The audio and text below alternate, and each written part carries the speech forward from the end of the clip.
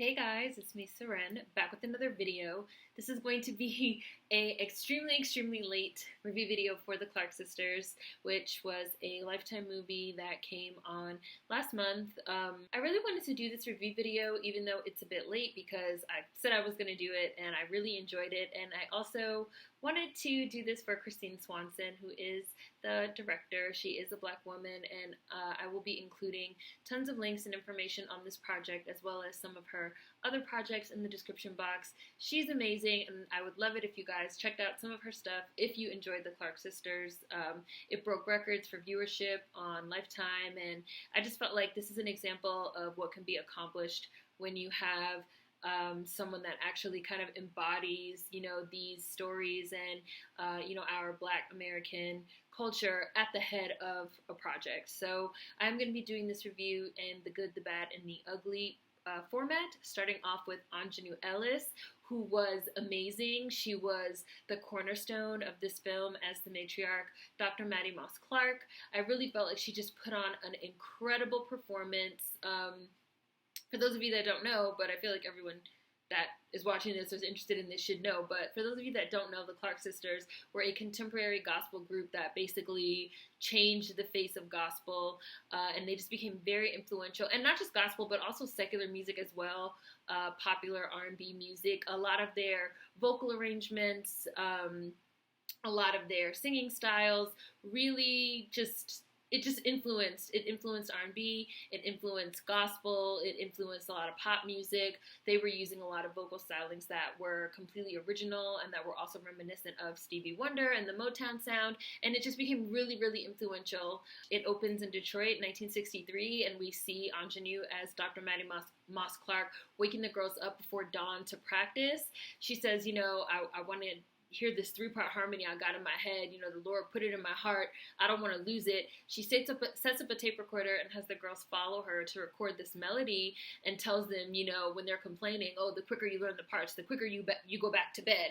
So we immediately see her sort of as this taskmaster that sees the talent and is also really pushing her girls to be great, which of course immediately made me think of other conversations that we've had on this channel.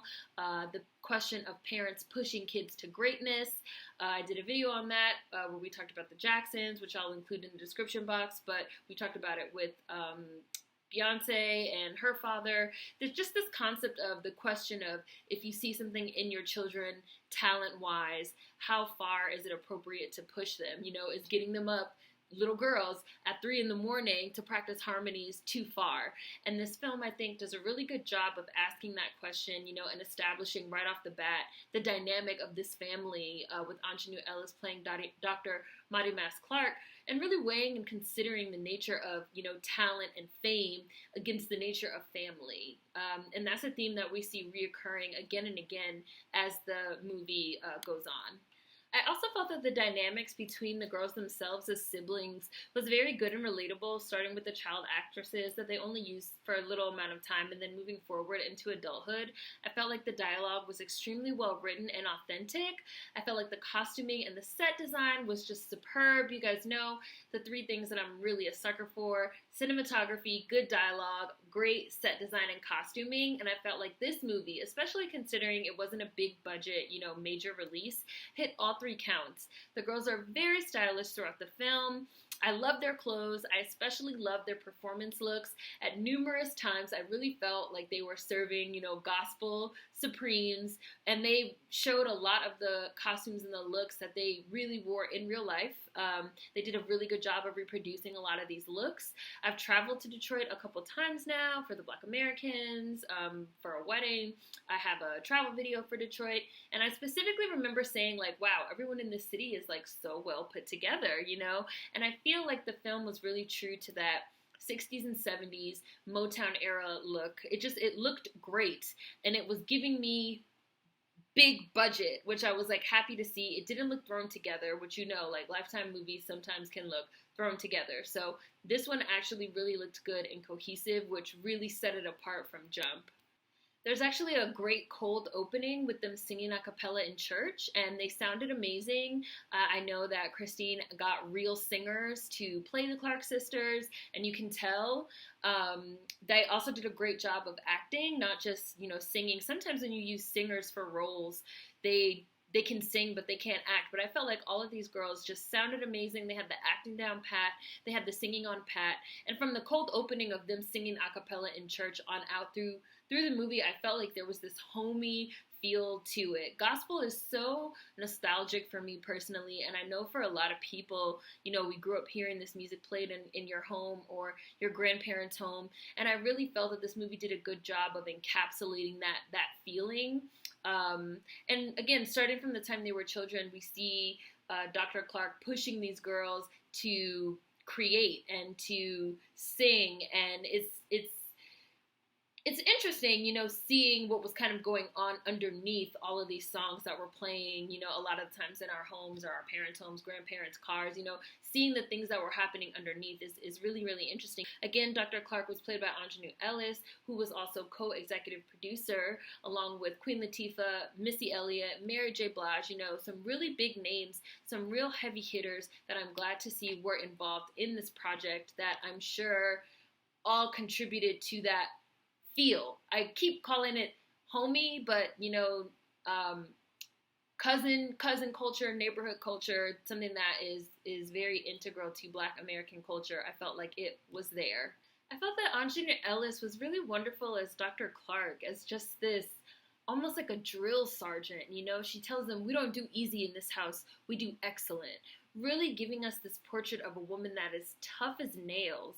And yet we also feel the love. We see the emotion, the love for her daughters, the faith, this deep well of a person who, starting from the time her girls, were born, she believed that they had gifts that would make them stars. And sort of like jumping throughout time and seeing how she develops this and nurtures this and even pushes them. And, some people would say even push them too far. We see that she's up against a lot of oppressive and patriarchal systems. We see that she is disrespected by the church. There's a very poignant scene in the movie after she has performed with her daughters at the Grammys, where they attempt to strip her of her title as the International Music Department president, because you can't be performing in sparkly dresses at the Grammys, even if it's gospel music.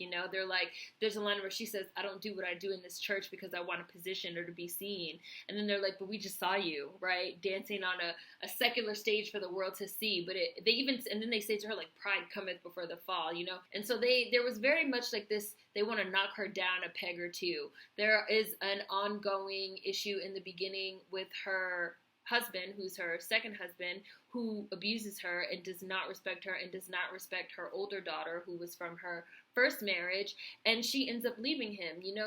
But then I also appreciated that there was a nuanced portrayal as well, because in addition to seeing abusive men, in addition to seeing, patriarchal systems of power, we also see Black men being loving. We see Black men being supportive. We see with the daughters, some of their husbands. We got an actual nuanced portrayal and not just like a flat portrayal of Blackness, which is so refreshing. You guys don't even understand how refreshing it is. There were also portions that reminded me of Sister Act, experimenting with making gospel music more contemporary and this being seen as scandalous. We see in the 70s that they're singing this gospel music in their church that they have written and arranged themselves, the Clarks, and it's very contemporary, And in real life, this contemporary gospel really took off and blew up with a lot of these Clark sister songs becoming staples and becoming so influential on Kirk Franklin, who came later, on Mary Mary, who came later. So I enjoyed that it was included in the film, how out of the box and innovative this was at that time, what these women were doing. And there are so many moments like that sprinkled throughout this film that also managed to convey really quickly and effectively the emotion between the sisters and between Daddy Clark, the love, the camaraderie, in addition to doing something that's really groundbreaking. So much of this is pulled off because the interactions feel authentic. It was good seeing a variety of portrayals in terms of personality instead of seeing Black people being vilified or fictionalized. You know, we see Greg and Dorinda, we see them holding hands in church. You know, we see him pushing up on her in a very respectful way. It's just, it was, I know I said refreshing, but I'm going to say it again. It was so refreshing to witness. Just nuanced, multi-layered, complex portrayals. I appreciated how much of what we saw in this movie was also show, don't tell. We saw, for example, a lot of what I call like church lady mannerisms for back in the day. There are several scenes that we see in churches, that we see in conventions. Again, the way that the Black women are dressed, the hats that they have on, the way that they speak, the ways that they move. There's a scene where Jackie, who works as a nurse, she comes to her mother's house wearing pants, and her mother literally slams the door in her face. I said out loud, I was like, why does she slam the door in her face like that? And then she says something about like her wearing pants, right? Like, oh, I see, like she's offended by her wearing pants. I remember when I was very young, like there were women in the church that if you wore pants to church, like they really did feel offended. Like older Black ladies, they felt offended. Like, why are you wearing those pants in here? Like, it's disrespectful. But then later on in the film, towards the end, when she's older, right, she actually gets her daughter a pair of pants. That's a way that we see that she's changing, that she's growing, that she's changing with the times, that she's reassessing some of the things that she did previously. We didn't have to have a whole monologue about it. Something as simple as in an earlier scene, slamming the door in somebody's face, in your daughter's face over wearing pants, to the point where you buy your daughter a pair of pants. We were shown emotional growth. We were shown maturity. We were shown those things. Show, don't tell. I also appreciated how Christine made Dr. Clark come across almost as like a tortured artist. She was having them practice, and it was almost like a compulsion. Like, she kept saying, like, one voice. Do you want to sound like one voice? Get it right. Like a compulsion, like a tick. Like, she knows how, in her head, how she wants it to sound, and she's trying to get it there, you know? And I feel like that's creation. That's how creation goes when you're an artist. And you have this idea in your head and you're trying to manifest it, you know, into being in the real world. And I'm watching, like, she's a genius. She's an artist. Like, she's giving me tortured artist. And I felt like that was a very interesting direction to take it in, as opposed to, I don't know, they're just singers, you know, whatever. I've been thinking a lot about what is considered art, and this was very artistically inclined, which I loved to see, you know. We even see her, in addition to writing so much of the music and doing the vocal arrangements and training and rehearsing, you know, and getting the girls ready, just staging everything. We also see her advising the sound engineer and doing the sound mixing. We see her coaching her daughters on getting the feel of the song. There was a line of dialogue that I really liked where she's like, you gotta blow it out, you know, like, this is gospel music, like, you're trying to help people. Let me hear it. I literally wrote in my notes, this lady's a fucking genius, and 5 minutes later they said it in the dialogue. Mattie Moss Clark, I must admit, like, you're a genius. Like, pure creation. And we even see later on that her daughters struggle with that as well, after she gives the control of the group and everything over to Twinkie, who does the majority of the writing and the music and the arrangements. Even though Karen is the lead, she's like the Michael Jackson. She gives the control of the group over to Twinkie. And then Twinkie also, we see her, you know, I have these thoughts in my head. I've been listening to the Stevie Wonder, you know, I gotta get it out. While at the same time, Twinkie is grappling with her role sort of as, I don't want to say Dr. Clark's favorite, but because it's also made very clear that Dr. Clark loves all the girls, and in different ways. You know, she always goes out of her way to talk about the ways that they're different and what all their strengths and talents are. But she also doesn't avoid telling them when they've done something wrong, when they've done something stupid.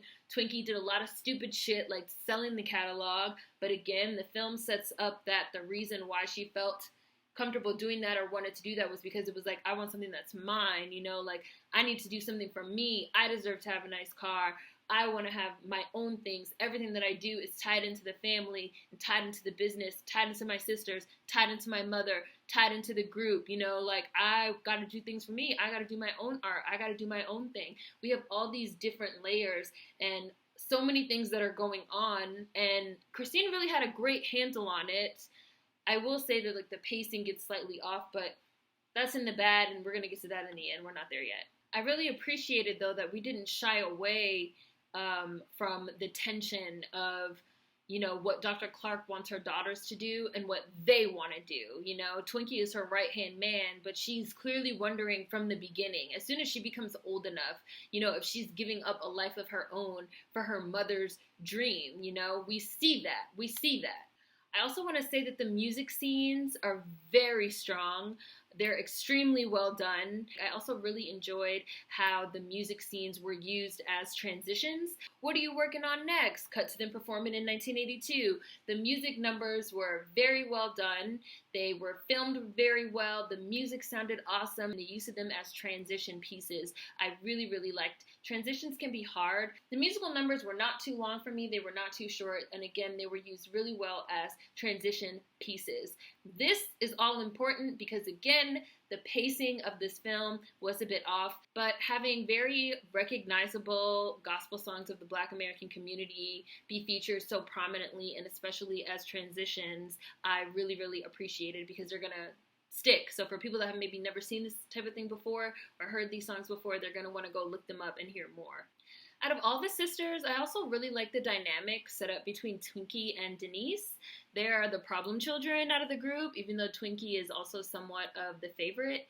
Again, I don't like to say favorite exactly, but Twinkie is literally her right-hand man. She's Dr. Mattie Jr., and you kind of see her buckling under that weight, under that pressure as the film goes on, and by the end, I feel like that's led her to make some really bad decisions. She wants to do her own thing, but she feels pressured to please her mother. And Denise was on the opposite end of the spectrum, which was that, like, I do what I want and you should too. So they kind of found themselves in the same boat as the rebels, which we see in a really interesting scene where Denise comes in from a late, she has lipstick on, she's like, I want to have fun, I want to live, and Twinkie is there doing music, and Denise just gets on Twinkie, like not in a mean way, but letting her know as a family member, you're going to be 80 and you're still going to be playing for mama. Like, you got to be the one to make the choices on who you want to be, I enjoyed that. And then it continued on, then we see like Dr. Clark come in and get involved, the argument gets heated,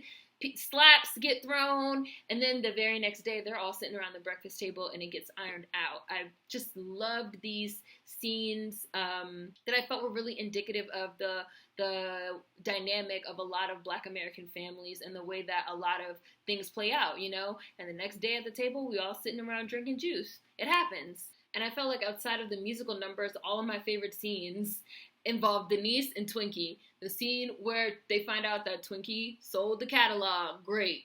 The scene where Dr. Clark was able to negotiate another record deal for them after Twinkie sold everything and Denise decides to leave the group. Oh, great, gut-wrenching.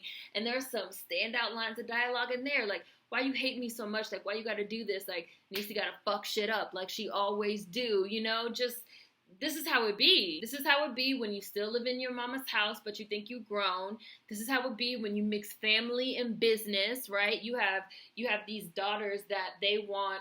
Like when Twinkie left the group herself to go get married, and she's talking to her sisters, and she's like, "Why can't you just be happy for me? Like, why can't y'all be my sisters and be happy for me?" But they're looking at it in that scene from a business perspective. This was probably one of my favorite scenes in the whole film. She's looking at it from a personal perspective, like, oh, I'm leaving the group because I want to be happy. It turned out her nigga wasn't shit anyway, of course, because Twinkie's a dumbass. But she's like, y'all my sisters, like, y'all my family, why can't you just be happy for me? At the same time, they're also looking at it from a business perspective of like, well, we sing, we're in a singing group. You're the lead of the group. You write the music, you play everything, you arrange everything. Like, now you're leaving. We can't be happy for you like that. Like, because you're messing up the business. That's what happens when you mix family and business. It gets incredibly messy. And we see that dynamic play out again and again. We see that Denise feels like she's the redheaded stepchild. Like she didn't get enough love and attention growing up from Dr. Clark. And so now she's acting out. We see Twinkie that feels like she was always up under her mother's thumb in the group. So now she's acting out. Dr. Clark felt like she was doing the best for her children to be stars, to be, financially sound, to use their gifts, all these things. But at the same time, was she nurturing them enough in a familial way as a parent? Even though we do see sprinkled liberally throughout the movie the fact that she repeatedly tells them, you're beautiful girls, you're smart girls, you're talented girls. But yet things just sort of played out the way that they did emotionally, and you could see all aspects of why. Just a very good melding of the emotional story of family with the business, and also really showcasing the dynamics of the Black family, of siblings, of husbands and wives, of mothers and daughters, sisters, business partners. I thought that all that was done really, really well. I want to get into the bad here, though, because I do want to say that I feel like, especially from the third act, so from the middle towards the end, there's a lot of scenes packed in.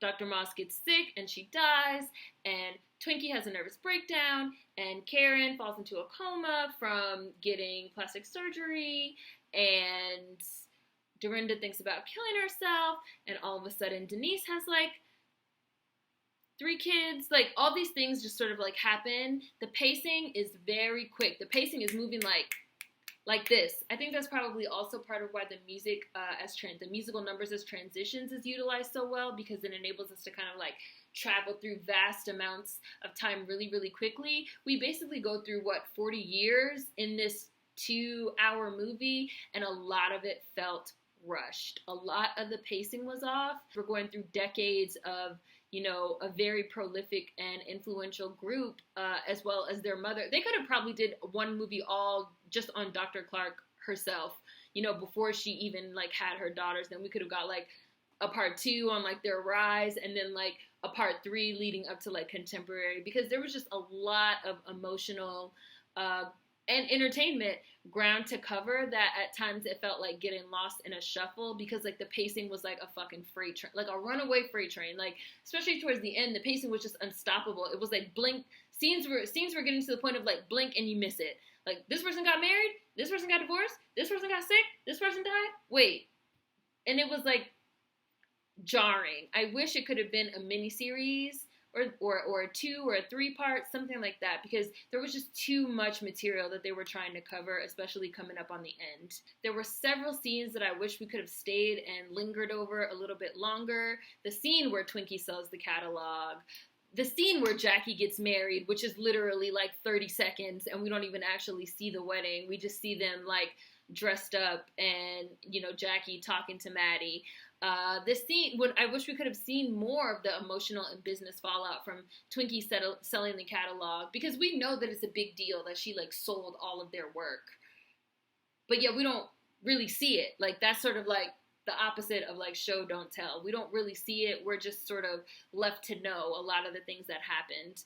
I wish, again, this could have maybe even been like a full-length major motion picture, a mini-series, a 2-parter, a 3-parter. The pacing was just too quick and too rushed, and there wasn't enough time to really explore these emotional moments and their relationships. You know, this was major motion picture level acting, directing, budget, scene, close. It just felt like we didn't have enough time to explore all of the things that were going on with their personal lives as well as their entertainment. And then it's like, funeral. I love the funeral scene. I love the dialogue. You acting out like this at my mother's funeral? Loved it. Wish there was more. I wish there was more. By the end, I was just like, I wish there was more. I wish there was more scenes. I wish there was more movie. I wish there was more dialogue. I wish there was more time. You know, I wish there was more time. So many things happen, you know. They started off as little girls in Detroit. They're singing in the church.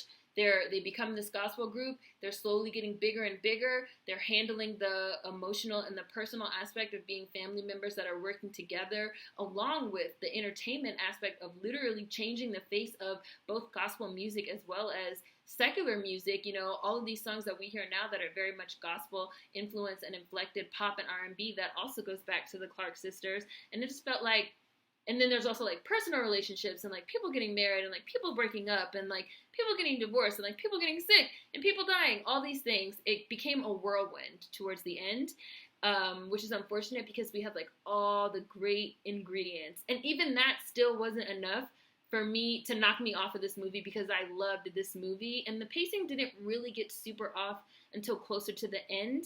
But once the sisters really got into adulthood and started really getting into their fame, it just became a juggernaut, and it was almost like I was just along for the ride. I wasn't really watching. That's really the only gripe I had, but it's a big one.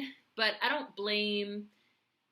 of blame Lifetime for that. Like, I don't blame anybody else because that's just the amount of time that was allotted by the network for the movie. So maybe we can get more developed out of this. Maybe we can get some type of mini series out of it since it did so well, and we can explore, you know, maybe this could be considered like some type of backdoor pilot and we could explore some more of these ideas. But that is my only real gripe with the movie. But everything else I loved, I thought was on point. I just wish there was more. I wish there was more time to explore the emotional resonance of a lot of these scenes, because there was a lot of stuff going on in this movie about family, about business, about entertainment, about art, about being the first one to do something and how hard it is and how people don't have your back and how they want to knock you down a peg or two, especially when you're a woman, especially when you're Black, especially when you're working within the church, especially when you're struggling because the times are changing. We go through 60s, 70s, 80s, 90s into the early 2000s like very quick, you know, relationship dynamics and all these things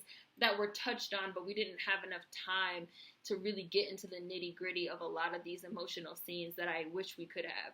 So it was like all the ingredients were there for like classic masterpiece, and instead we got great, good movie, which is still head and shoulders above what I feel like we've seen on Lifetime thus far, but I wish we could have gotten like the great masterpiece that's like just underneath. So that's what I thought. Hopefully you guys enjoyed this one. Again, I know it's a little bit late, but I did want to do it. So if you saw this, let me know what you think. Food for thought as always. See you guys next time. Peace.